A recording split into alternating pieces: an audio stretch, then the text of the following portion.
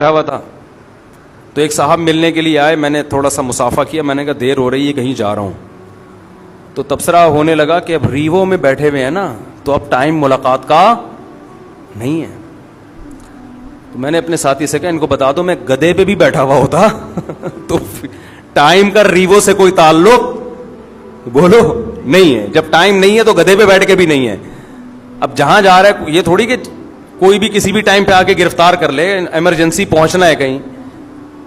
اور جو driving seat پہ بیٹھا ہے نا ریوو, ضروری نہیں کہ وہ گاڑی اس کی ہو, یہ بھی ہے, ہو سکتا ہے کہ اس کی ہو بھی, یہ بھی ہو سکتا ہے کہ اس کی نہیں ہو, کچھ بھی ہو سکتا ہے.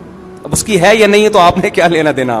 آپ بیان سنیں, پتلی گلی سے نکلیں, کسی کی پرسنل لائف میں دخل اندازی مت کریں. اگر میں کہوں گا کسی کی ہے تو کون اتنا فری کرا رہا ہے بھائی, اپنی ریوو پکڑائی ہوئی ہے اس نے, اپنی ہے.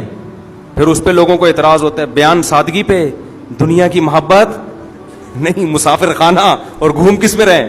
وہ میں نے قصہ سنایا تھا نا, میں نے جب تیسری شادی کی تو ایک بوڑھے میاں یہیں نماز پڑھتے ہیں, اب تو شارٹ ہے 15 سال سے, شاید وہ اسی واقعے کے بعد آ ہی نہیں رہے, 15 یا 10 سال ہو گئے یا 9 سال ہو گئے, مجھے صحیح سال یاد نہیں ہے, کام یاد رہتا ہے کہ ہوا کیا تھا.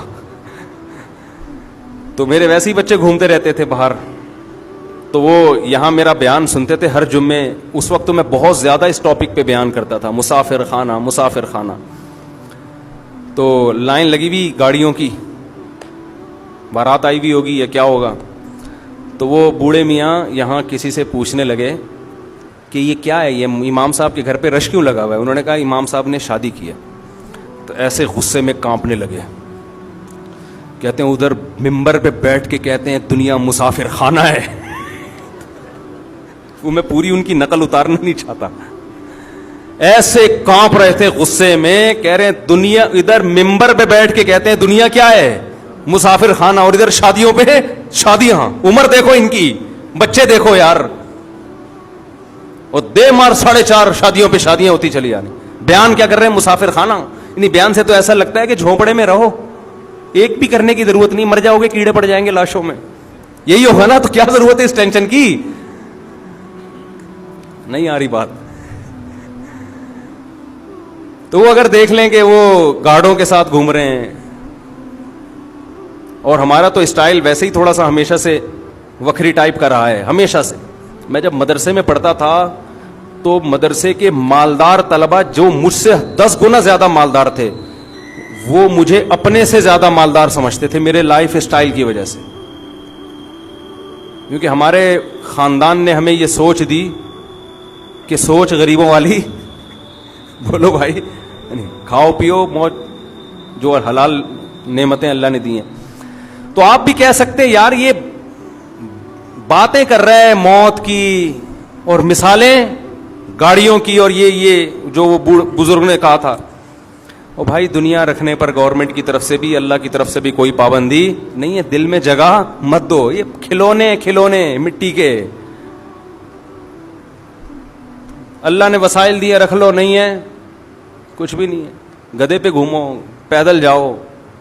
میں تو کہتا ہوں چنچی کا جو مزہ ہے, حقیقت بتاؤں آپ کو, جو مزہ چنچی میں ہے, W11 میں تو جو نہیں بیٹھا وہ دنیا کا بدقسمت انسان ہے. کسی انگریز کو W11 میں بٹھاؤ, یہ مزدائیں تو ختم ہو رہی ہیں چنچیوں کی وجہ سے. یہ غلط ہو رہا ہے. مزدہ تو ہمارے کراچی کا کلچر ہے یار, مزدہ, اس کو ختم نہیں ہونا چاہیے. ہم نے بچپن میں بہت مزداؤں میں سفر کیا, بڑا اپنا ہی اس کا مزہ ہے بھائی. وہ جب نہیں چلاتا نا, حقیقت ہے, جب گرمی ہو, پسینے چھوٹ رہے ہوں اور وہ نہیں چلا رہا ہو, اور پیچھے سے جو لوگ آوازیں کستے ہیں, ابے اس کو نیمبو چٹا, ایسی آوازیں ہم نے سنی ہیں, ابے اس کو نیمبو چٹا, یہ نہیں چلے گا ورنہ. اور وہ بھی ایسا ڈھیٹ, بس تھوڑا سا ہلکا سا ایکسیلیٹر دے گا پھر کھڑا ہو جائے گا.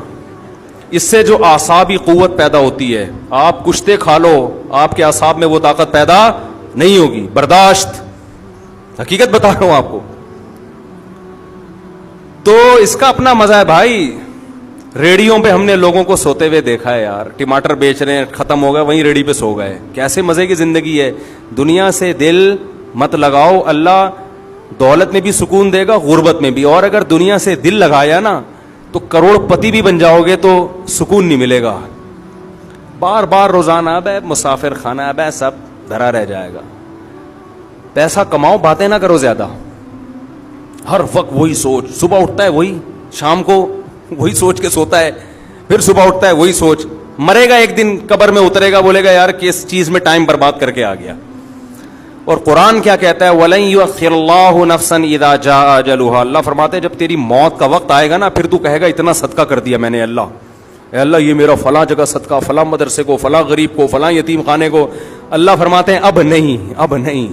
جب کھاتا پیتا تھا نا, پیسے کی ضرورت تھی, اس وقت کرتا صدقہ, اس وقت کرتا. یہ اس کی علامت تھی, دنیا کو مسافر خانہ سمجھتا. اب تو مر رہا ہے, اب تو پتہ چل گیا. نبی صلی اللہ علیہ وسلم نے فرمایا انسان صدقے کو ڈیلے کرتا ہے کہ ابھی کل کل کل کل, پھر جب مرنے لگتا ہے کہتا ہے اتنا فلاں کو دے دینا, اتنا فلاں کو. فرمایا قد کان لفلان, اب تو یہ تیرے وارثوں کا حصہ ہے, اب تو نکل یہاں سے.